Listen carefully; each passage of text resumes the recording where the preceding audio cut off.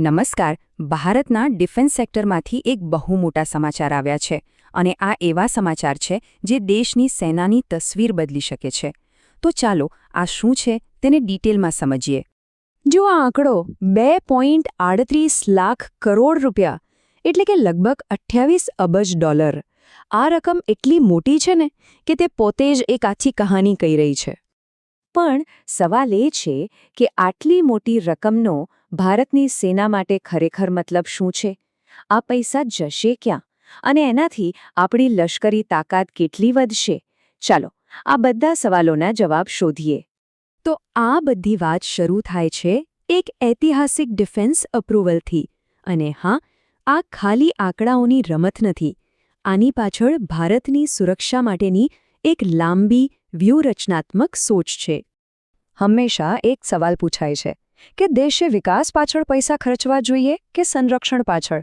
સ્કૂલો બનાવી, રસ્તા બનાવવા કે પછી ટેન્ક અને મિસાઇલ ખરીદવી? પણ જુઓ, રશિયા યુક્રેન જેવા યુદ્ધોએ એક વાત એકદમ સાફ કરી દીધી છે. તમે ગમે તેટલો વિકાસ કરી લો, પણ જો એ વિકાસને બચાવી ન શકો તો એનો કોઈ અર્થ નથી. એટલે કે મજબૂત સુરક્ષા વગર વિકાસ ટકી જ ન શકે.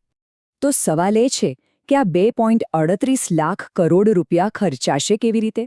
શું સરકાર સીધી જઈને હથિયારો ખરીદી લે છે? ના, એની એક આખી પ્રોસેસ હોય છે. ચાલો સમજીએ કે ભારત હથિયારો કેવી રીતે ખરીદે છે. આખી પ્રોસેસમાં પહેલું અને સૌથી અગત્યનું સ્ટેપ છે એક્સેપ્ટન્સ ઓફ નેસેસિટી, જેને ટૂંકમાં AON કહેવાય છે. હવે આ AON એટલે શું? સમજો કે આ એક સૈદ્ધાંતિક મંજૂરી છે. સરકાર એમ કહે છે કે હા, આપણને આ સાધનોની જરૂર છે. એવું સમજો કે આ એક શોપિંગ લિસ્ટ બનાવવા જેવું છે જેને મંજૂરી મળી ગઈ હોય. પણ હા, આ ફાઇનલ ખરીદી નથી. આ તો બસ પહેલું પગલું છે. એકવાર AON મળી જાય પછી અસલી પ્રક્રિયા શરૂ થાય છે. ટેન્ડર બહાર પાડવામાં આવે, અલગ અલગ કંપનીઓ પોતાની ઓફર મૂકે, પછી જે હથિયારો પસંદ થાય એનું ફિલ્ડમાં એટલે કે અસલી પરિસ્થિતિમાં ટેસ્ટિંગ થાય, પછી ભાવતાલ થાય અને છેલ્લે જઈને કોન્ટ્રાક્ટ સાઇન થાય. આ આખી પ્રક્રિયા એટલી લાંબી છે કે એમાં 5 થી 10 વર્ષ પણ નીકળી જાય. મતલબ સાફ છે, આ 2.38 લાખ કરોડ રૂપિયા એક જ ઝાટકે નથી ખર્ચાવાના, પણ આવનારા ઘણા વર્ષોમાં ધીમે ધીમે ખર્ચાશે. તો ચાલો હવે સૌથી રસપ્રદ ભાગ પર આવીએ. આ શોપિંગ લિસ્ટમાં આખરે છે શું? ભારત કયા કયા હથિયારો ખરીદી રહ્યું છે જે આપણી સેનાને વધુ તાકાતવર બનાવશે? સૌથી પહેલાં વાત કરીએ જમીની લડાઈની એટલે કે આર્મીની. રશિયા-યુક્રેન યુદ્ધે આખી દુનિયાને બતાવી દીધું છે કે આજની લડાઈમાં પણ તોપખાનું એટલે કે આર્ટિલરી કેટલી જરૂરી છે. આ જ વાતને ધ્યાનમાં રાખીને ભારત ધનુષ તોપો ખરીદી રહ્યું છે જે સંપૂર્ણપણે સ્વદેશી છે. સાથે જ દુશ્મનની ટેન્કોને તોડી પાડવા માટે ખાસ પ્રકારનો દારૂગોળો પણ લેવામાં આવી રહ્યો છે. આ બધાનો સીધો મતલબ એ છે કે આપણી સેના હવે દૂર સુધી એકદમ ચોકસાઈથી હુમલો કરી શકશે. જમીન તો ઠીક, પણ આકાશનું શું? દુશ્મનના ફાઇટર જેટ્સ, મિસાઇલો અને ખાસ કરીને ડ્રોનથી દેશને કેવી રીતે બચાવવો? એના માટે ભારત એક જબરદસ્ત 3 સ્તરીય હવાઈ સુરક્ષા કવચ તૈયાર કરી રહ્યું છે. આ કવચને 3 લેયરમાં સમજી શકાય છે. સૌથી બહારનું લેયર, જે લગભગ 400 કિલોમીટર દૂરથી જ દુશ્મનને રોકી શકે છે, એ છે S-400 મિસાઇલ સિસ્ટમ. ત્યાર પછી આવે છે મીડિયમ રેન્જ, જેના માટે આપણી પોતાની દેશમાં બનેલી આકાશ મિસાઇલ સિસ્ટમ છે. અને છેલ્લે એકદમ નજીકના ખતરા માટે, જેમ કે નાના ડ્રોન કે હેલિકોપ્ટર, એના માટે ટુંગુસ્કા જેવી સિસ્ટમ્સ છે.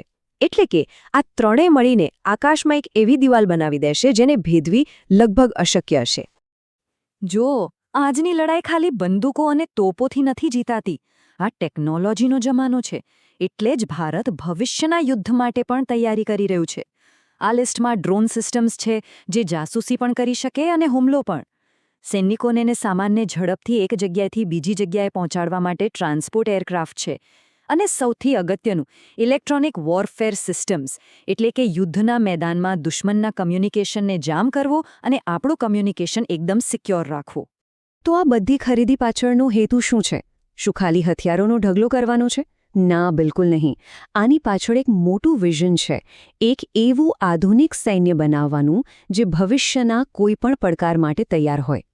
અને આ આખી ખરીદીમાં એક શબ્દ વારંવાર સામે આવે છે: આત્મનિર્ભર ભારત, એટલે કે સેલ્ફ રિલાયન્સ. આપણે જે ધનુષ તોપની વાત કરી એ આનું જ એક ઉત્તમ ઉદાહરણ છે. મોટાભાગના હથિયારો અને સિસ્ટમ્સ ભારતમાં જ બનાવવાનો પ્રયાસ થઈ રહ્યો છે. આનાથી ફાયદો બેવડો છે. આપણી સુરક્ષા પણ વધે અને દેશની અર્થવ્યવસ્થાને પણ મજબૂતી મળે. એક વાત સમજવી જરૂરી છે કે આ બધા પૈસા ખાલી નવી વસ્તુઓ ખરીદવામાં જ નથી વપરાવાના. આપણી પાસે જે પહેલેથી જ શ્રેષ્ઠ હથિયારો છે, જેમ કે સુખોઈ 30 ફાઇટર જેટ્સ, એમને મેન્ટેન કરવા, એમના એન્જિનને અપગ્રેડ કરવા, આ બધું પણ એટલું જરૂરી છે, જેથી આપણી વર્તમાન તાકાત પણ જળવાઈ રહે. તો આ બધી ચર્ચાનો સાર શું છે? આટલા મોટા રોકાણથી દેશને શું મળશે? તો એના 4 મુખ્ય ફાયદા છે. પહેલું, 2 મોરચે એટલે કે ચીન અને પાકિસ્તાન બંને તરફથી આવતા પડકારોનો સામનો કરવાની ક્ષમતા વધશે. બીજું, આપણી સેના ટેકનોલોજીની દ્રષ્ટિએ આધુનિક બનશે. ત્રીજું, દેશમાં જ ડિફેન્સ પ્રોડક્શનને મોટો બૂસ્ટ મળશે. અને ચોથું, આપણી સરહદો અને દરિયાકિનારાની સુરક્ષા વધુ મજબૂત બનશે. તો છેલ્લે એક મોટો સવાલ મનમાં આવે છે. અત્યારે દુનિયાભરમાં જે રીતે તણાવ વધી રહ્યો છે, જે રીતે યુદ્ધના વાદળો ઘેરાઈ રહ્યા છે, એ જોતાં શું દેશની શાંતિ અને સુરક્ષા જાળવી રાખવા માટે આટલો મોટો ખર્ચ કરવો એ હવે એક નવી જરૂરિયાત બની ગઈ છે? શું આ જ શાંતિની નવી કિંમત છે? આ એક એવો સવાલ છે જેના પર વિચારવું જરૂરી છે.